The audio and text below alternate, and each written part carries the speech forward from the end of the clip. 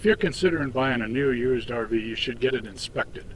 Go to nrvaa.org, put in your zip code where the RV is located, and it'll give you a list of qualified RV inspectors you can use. Now you may be thinking, well, if I'm buying a new RV, why should I get it inspected?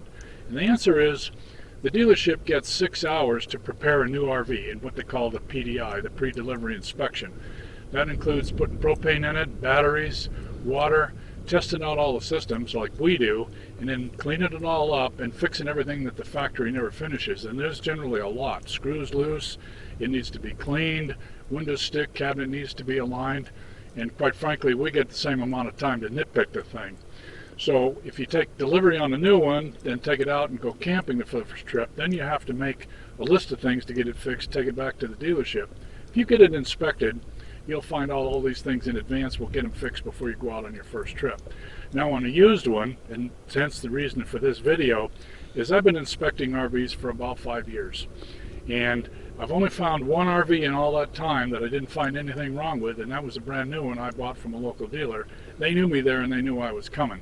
And I'm going to show you 13 segments in this video of what I call RV disaster areas or potential catastrophes, and with an explanation of what we do and how we do it. At 14 years old, this 2005 born-free Class C RV was in average condition. Numerous areas of joint sealants were deteriorated and some other minor items were observed. The major item was an electric modification. In this image, inside the red circle is a household electrical switch, not part of the original installation, function unknown. It was lying loose with wires exposed. This is an electric shock potential as well as a fire hazard. This 3-year-old 2015 open-range fifth wheel was offered by a private seller, appeared to be well cared for and in good condition. However, the inspection revealed otherwise. Inside the red square is a crack in the sidewall structure above the slide. The sanded area suggests a repair has been attempted.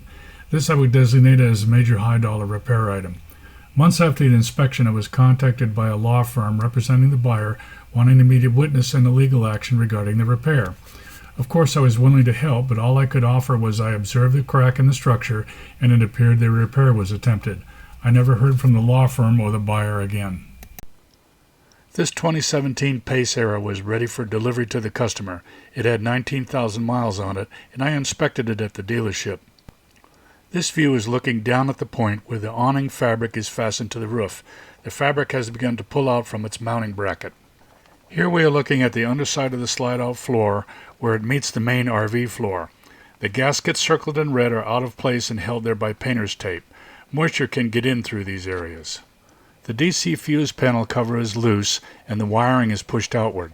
Moisture and critters can get in here. Additional inspection items that I found included both front and rear smoke detectors were inoperable. The LP gas detector failed the test. The living room emergency exit window would not open, and most of the battery terminals and large DC connections were corroded.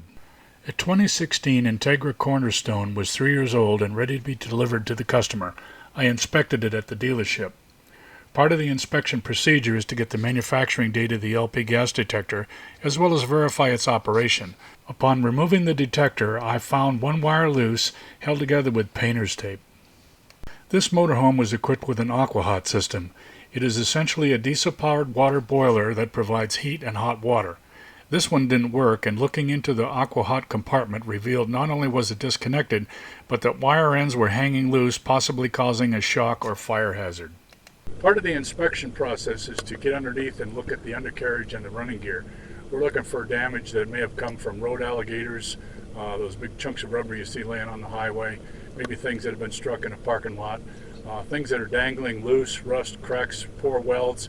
We're interested in the brakes and all that. And in the next segment here, I'm going to show you something that I found that was kind of scary, involved the brakes in the RV. And I'm going to get under here and take a look at this one. This 2013 Redwood fifth wheel was offered for sale by a private party. I inspected it at a dealership's body shop after collision repairs had been completed. Inspection of the undercarriage revealed the electric brake line was rubbing against the spring and the ground wire was worn through, effectively rendering the brake on that wheel inoperative and potentially causing uneven braking. The battery box cover has been removed and the gas vent hose disconnected. This could allow explosive battery gases to build up in the basement. Here we have a 2005 Country Coach motorhome. At 14 years of age, this dealer-owned motorhome had numerous, to be expected, items of cracked joint sealant and various items that didn't work, too many to detail. The main items of concern were the unpainted structural repairs on the rear slide-out. The point is the buyer should be made aware of the repairs to help in his buying decision. In the red circle is the dangling door covering the awning control panel. The door awning didn't work. Imagine that. The street side rear slide-out has had or was undergoing structural repairs. Here's the opposite side of the same slide-out. This is the same slide-out at the bottom. The buyer made no mention of these defects during his first contact with me. While it appeared the repairs were underway, the point here is that these are major structural issues that can cause ongoing problems, such as slide-out operation and moisture intrusion if not repaired properly. The view here is looking from the ground up inside the rear wheel well. This appears to be floor damage from a tire blowout. The integrity of the floor and moisture intrusion of concern here if not repaired properly. Here we have a 2010 Fleetwood Bounder motorhome. At 9 years old, it was offered by a private party. It was in excellent condition except for one critical item. The propane tank, or ASME tank, is permanently mounted under the chassis of a motorhome. I would call this rust and deterioration as significant. This tank should be replaced. At 15 years of age, this 2005 Monaco Camelot was in exceptional condition except for one life safety item. The red square in the photo outlines the deteriorated seal where the water heater gas line penetrates the sidewall entering the water heater cabinet. This seal is required to prevent carbon monoxide or propane gas from entering the coach. One of the inspection tests we perform is what we call the hot skin test. We're interested to find out if there's any power, AC current, on the metal part of the RV. And we do that by using a long piece of ground wire. We connect it to earth ground. We use a volt ohm meter, and we actually go around and probe all the metal parts. We're looking to see if there's any power on there. Now that's a concern because it's warm, you're in your bathing suit or your shorts, your bare feet, and you're standing on the ground, you put your hand up against this thing and lean on it, and there's power on there, you're going to have a bad day. Now my next segment shows one of these RVs I found power on the frame. This 5-year-old 2014 Sprinter RV was offered for sale by a private party. I inspected it at the seller's residence. While performing the hot skin test, I detected 43.8 volts on the frame. In the photo, I am probing the metal exhaust plate of the heater. I found this voltage on other parts of the RV. Additionally, the main awning would not open, the hose connection for the city water would not tighten and leaked, the smoke detector failed to operate even with a new battery, and the toilet water connection leaked so badly I was unable to pressurize the water supply system and test any of the other water facilities in the unit.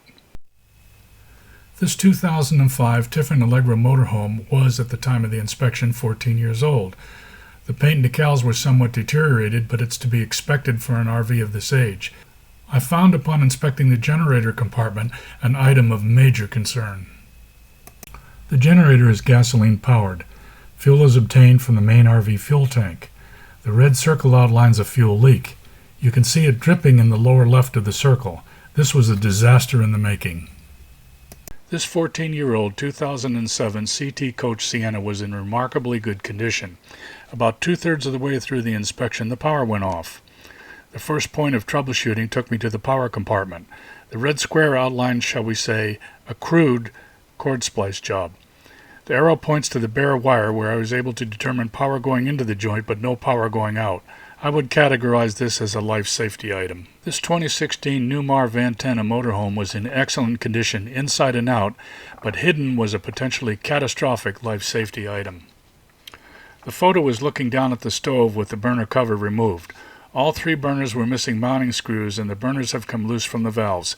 Any attempt to light this stove could have had explosive results. And finally, this is a 2006 Friendship G8 manufactured by Gulfstream.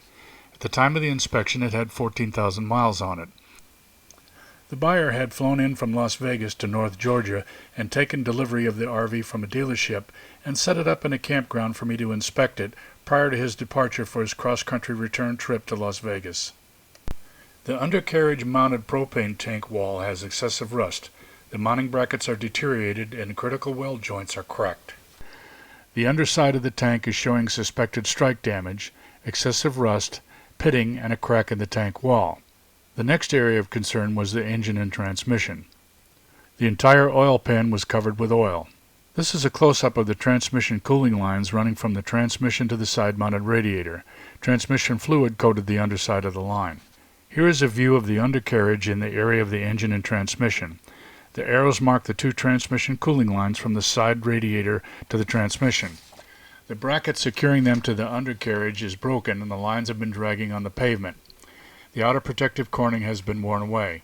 Once the lines wear through, the transmission fluid would leak out and strand the RV on the side of the road.